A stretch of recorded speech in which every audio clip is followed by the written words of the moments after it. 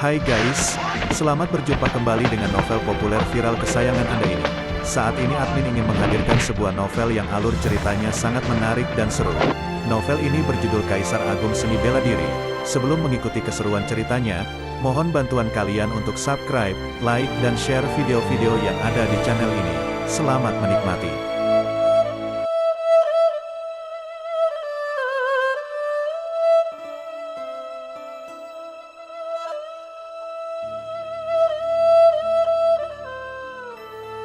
Kaisar Agung Seni Bela Diri, Bab 249, Pembantaian Sekte. Dalam 2 tahun ini, sejak Luo Xiu melumpuhkan Tao Yumian dan membunuh Wan Liancheng, Tetua Istana Ungu kembali menghabiskan sumber daya untuk melatih 2 orang penguasa bela diri.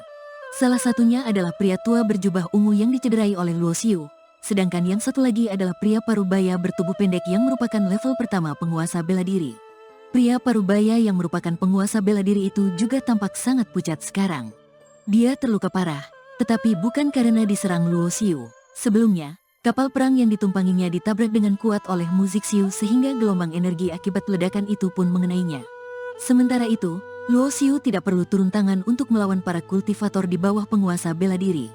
Hanya dengan indera spiritualnya saja, dia sudah bisa menghancurkan lautan jiwa mereka dengan serangan jiwa. Ketika melihat para murid yang terus terbunuh, wajah pria tua berjubah ungu dan pria parubaya itu menjadi sangat pucat. Tetua mereka telah melarikan diri. Mereka berdua yang merupakan penguasa bela diri malah ketakutan dan tak berdaya saat melawan pemuda dengan basis kultivasi Raja Bela Diri. Terutama, pria tua berjubah ungu itu. Dia telah merasakan kekuatan Luo Xiu sebelumnya. Oleh karena itu, dia langsung berubah menjadi cahaya dan meninggalkan Istana Ungu tanpa rasa ragu sedikitpun. Dia tahu betul bahwa Istana Ungu telah tamat riwayatnya. Asalkan dia bisa mempertahankan nyawanya, dia pasti bisa hidup di mana saja dengan mengandalkan kekuatan penguasa bela diri yang dimiliki. Tiba-tiba, pria tua berjubah ungu itu merasakan aura yang sangat mengancam di belakangnya. Ekspresinya seketika berubah, lalu dia mengumpulkan vital sejatinya untuk melancarkan serangan ke belakang. 2. Cahaya ilahi 5 warna sontak menyapu dan menyebabkan vital sejati lawan hancur. Pria tua berjubah ungu itu sontak terlempar dengan kejam. Bajingan, pria tua itu benar-benar murka. Dia tidak menduga bahwa Luo Xiu akan mengejarnya sampai seperti ini. Kemudian, dia menyemburkan darah dan segera membentuk segel dengan tangannya. Vital sejati berwarna ungu terbentuk dengan cepat di depannya, lalu berubah menjadi pedang berwarna ungu. Sebelum si pria tua sempat melancarkan serangan, Luo Xiu sudah berkelebat dan menghilang dari tempatnya. Kemudian, pria tua itu pun merasakan aura berbahaya di belakangnya. Teleportasi lagi, si pria tua berjubah ungu sungguh terperanjat. Sayangnya, dia tidak sempat merespons lagi. Seketika, dia merasakan punggungnya telah ditebas oleh Luo Xiu dengan kuat. Bahkan, ketika kondisinya masih prima, dia juga tidak bisa menahan serangan ini. Apalagi sekarang dia sudah terluka parah. Fiu, pria tua itu lagi-lagi menyemburkan darah.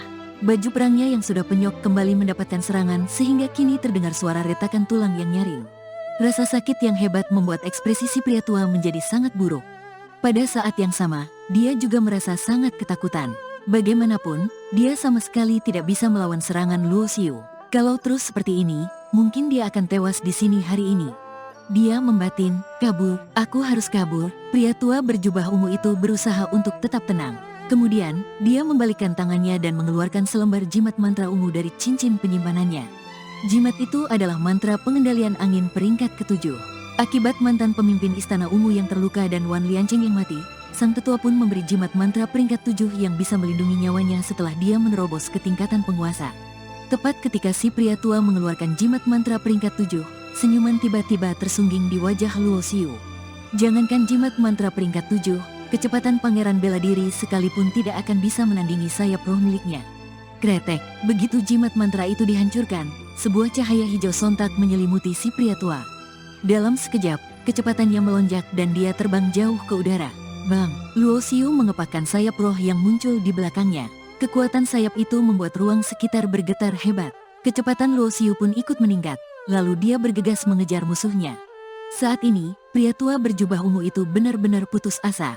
Dia mendapati bahwa Luo Xiu masih bisa mengejarnya meskipun dia telah mengaktifkan mantra pengendalian angin. Sesaat kemudian, si pria tua merasakan sakit di punggungnya. Sesudahnya, terlihat pedang yang dibentuk oleh cahaya ilahi 5 warna menembus tubuhnya.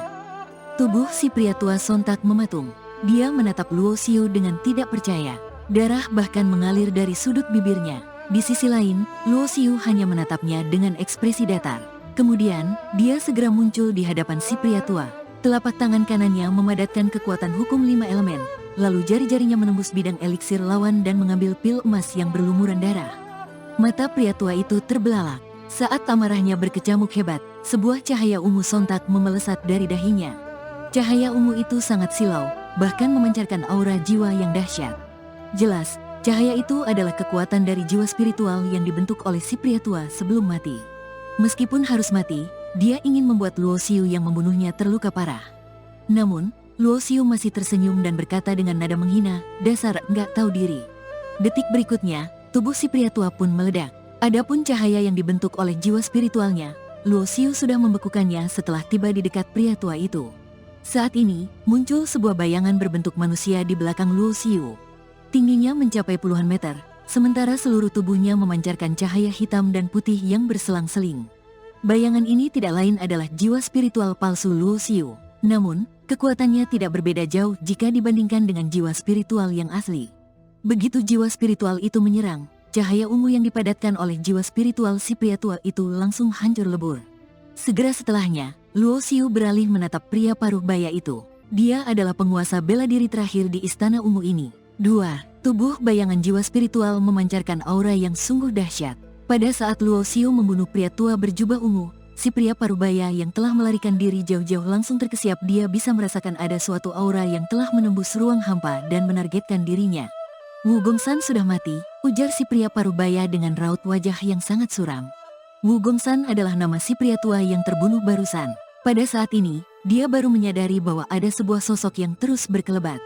Sosok itu sedang menghampirinya dengan kecepatan tinggi. Hanya dalam sesaat, pria paruh baya itu sudah disusul oleh Luo Xiu. Cahaya ilahi 5 warna sontak menyapu ke arah lawan, lalu api roh menelan kekosongan juga menyelimutinya.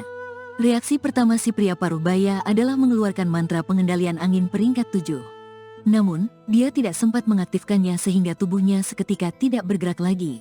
Dalam sekejap, api roh menelan kekosongan sudah membakar seluruh tubuhnya. Hanya pil di dalam tubuhnya yang tidak terbakar karena kendali Luo Xiu. Setelah itu, Luo Xiu menyimpan pil tersebut ke cincin penyimpanan. Luo Xiu tidak tertarik dengan pil esensi Raja Bela Diri. Namun, pil esensi penguasa bela diri adalah bahan yang bagus untuk pemurnian pil sehingga tidak boleh disia-siakan. Sesaat kemudian, kekacauan di alam rahasia Istana Ungu telah berakhir. Suasana pun menjadi sunyi senyap. Banyak sekali mayat yang tergeletak di tanah. Aura kematian juga menyebar kemana-mana. Selain itu, 2 kapal perang perunggu yang tak berawak terjatuh ke tanah dan meninggalkan lubang besar. Mu Zixiu menghampiri dengan menaiki kapal perangnya. Sementara itu, Ning Hezu berdiri dengan bangga di geladak sambil memegang sebuah kepala yang berdarah-darah. Itu adalah kepala tetua Istana Ungu. Matanya terbelalak, seakan-akan dia mati penasaran. Di sisi lain, Yan Yuyu juga terbang kemari. Tubuhnya tampak berlumuran darah. Tanpa perlu ditanyakan, mereka sudah tahu bahwa Tao Yunyan yang membunuh keluarganya telah dibunuh oleh Yan Yuyu. Kebencian yang terpendam di hatinya selama 300-an tahun akhirnya telah dilampiaskan. Meskipun demikian, dia masih tidak merasa tenang. "Bocah, misi kita sudah selesai setengah." Ning Hezu mengangkat tangannya dan melemparkan kepala tetua Istana Ungu ke tanah. Kepala itu pun bergelinding sejauh belasan meter. Misi berhadiah yang diumumkan oleh Luo Xiu yaitu membunuh Wu Gongsan dan Xuanyang. Sekarang, Wu Gongsan sudah dibunuh, maka hanya tersisa tetua Xuanyang seorang. Cincin penyimpanan dan harta karun tetua Istana Ungu tentu saja sudah diambil oleh Mu Zixiu dan Ning Hezu. Selain itu, masih ada ruang harta karun Istana Ungu. Istana Ungu telah menyimpan banyak benda berharga sejak 2000 tahun lalu. Mereka tentu saja memiliki kekayaan yang besar. Sesaat kemudian, Luo Xiu menghancurkan formasi yang ada di sekitar menara kultivasi. 7 lantai di bawah menara ini tersimpan banyak sekali sumber daya kultivasi. Terlihat batu vitalitas yang menumpuk dengan jumlahnya yang mencapai ratusan juta buah. Selain itu, masih ada banyak ramuan spiritual. Yang paling rendah adalah ramuan spiritual level ke-5 dan yang paling banyak adalah ramuan spiritual level ke-7. Ada juga senjata perang, baju perang, pil, dan lain-lain. 3 lantai di atas menara ini menyimpan banyak sekali teknik kultivasi dalam bentuk slip giok. Di antaranya, ada seni bela diri peringkat 9 dan teknik penguasa matahari ungu. Ada juga teknik kultivasi peringkat ke-9, yaitu teknik energi ungu. Sumber daya dan harta karun di Istana Ungu ini pun dibagi menjadi 3 bagian. Mu Zixiu dan Ning Hezu masing-masing mengambil 1 bagian, sedangkan Luo Xiu dan Yan Yuyu sama-sama mengambil 1 bagian. Teknik energi ungu dan teknik penguasa matahari ungu dicetak menjadi 3 salinan. Aku enggak menyangka sekte yang hanya dijaga 3 pangeran bela diri bisa punya begitu banyak harta karun di gudang mereka. Setelah sumber daya di gudang harta karun dibagi rata, keempat orang ini pun sangat senang. Mu Zixiu dan Ning Hezu yang sama-sama merupakan pangeran bela diri mendapatkan banyak sekali keuntungan kali ini. Ada juga 3 kapal perang Istana Ungu. 2 di antaranya adalah kapal perang paling biasa. Hanya kapal perang yang dinaiki tetua Istana Ungu saja yang termasuk berkualitas tinggi di golongan peringkat rendah. Kapal perang Mu Zixiu lebih baik dari kapal perang Istana Ungu. Jadi, kapal perang tetua Istana Ungu pun diberikan kepada Ning Hezu. Sementara itu, 2 kapal perang lainnya diambil oleh Luo Xiu dan Yan Yuyu. Setelah keluar dari alam rahasia Istana Ungu, Luo Xiu membentuk segel dan menutup pintu masuk tempat itu. Tanpa token yang dia sempurnakan, pangeran bela diri sekalipun tidak akan bisa membuka pintu masuk alam rahasia itu. Biasanya, sekte yang bisa diwariskan sampai ribuan tahun memiliki formasi pelindung agung. Teknik formasi ini memiliki kekuatan yang jauh lebih kuat dari formasi biasa. Namun, Istana Ungu tidak memiliki formasi seperti itu. Alasan utamanya karena Istana Ungu terletak di alam rahasia. Begitu pintu masuk alam rahasia disegel, musuh tidak akan bisa menerobos masuk. Jadi, mereka tentu saja tidak perlu memasang formasi pelindung agung. Selain itu, memasang formasi pelindung agung juga membutuhkan sejumlah besar sumber daya. Mereka juga harus mengundang master formasi tingkat atas untuk melakukannya. Jadi, harganya pasti mahal. Bisa dikatakan bahwa salah satu alasan utama Istana Ungu di alam rahasia bisa dihancurkan dengan begitu mudah juga karena tidak memiliki formasi pelindung agung. Dengan kata lain, mereka sendiri adalah penyebab kehancuran sekte. Ayo, kita pergi. Setelah meninggalkan alam rahasia Istana Ungu, mereka berempat masing-masing mengemudikan kapal perang dan terbang ke arah timur negara bagian tanah langit. Berita kehancuran Istana Ungu pasti akan menyebar kemana-mana. Hanya dalam waktu singkat, berbagai kelompok besar lainnya pasti akan tahu. Saat ini, Luo Xiu harus segera melenyapkan sekte Matahari Hitam sebelum mereka mendapatkan kabar apapun. Dalam perjalanan menuju sekte Matahari Hitam, Luo Xiu memasang formasi di sekitar kapal perangnya karena dia akan berkultivasi.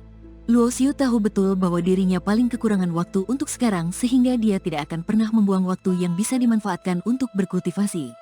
Hanya dengan memelihara kebiasaan ini, dia baru bisa memastikan basis kultivasinya akan selalu mengalami peningkatan. Luo Xiu mengeluarkan 2 pil emas tingkatan penguasa, lalu mengombinasikannya dengan beberapa ramuan spiritual. Dia menyempurnakan bahan-bahan ini menjadi pil pengembalian yang mengandung energi vitalitas yang dahsyat. 1 pil emas mengandung basis kultivasi vital sejati seorang penguasa bela diri level pertama. Dengan kombinasi beberapa ramuan spiritual khusus, dia bisa mengubah vital sejati dalam pil menjadi energi vitalitas. Dengan begini, kultivator seni bela diri lainnya bisa mengonsumsi pil ini untuk meningkatkan basis kultivasi. Namun, pil pengembalian ini tidak bisa dikonsumsi oleh sembarang orang. Energi vitalitas yang terkandung di dalamnya terlalu kuat dan tidak stabil sehingga hanya orang dengan fisik kuat yang bisa menahan dampak dari kekuatan obat tersebut. Proses penyempurnaan pil ini berlangsung dengan sangat lancar.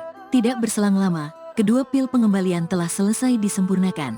Luo Xiu melambaikan tangannya, lalu cahaya warna-warni pun melintas.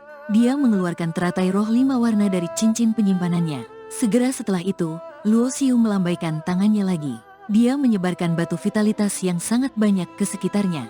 Kali ini, dia mendapatkan banyak batu vitalitas setelah berhasil melenyapkan Istana Ungu. Kebetulan sekali, batu-batu ini bisa digunakan sebagai persediaan energi vitalitas. Dengan bantuan teratai roh 5 warna, dia akan mengubah batu-batu ini menjadi energi roh langit dan bumi yang memiliki efek kultivasi lebih baik.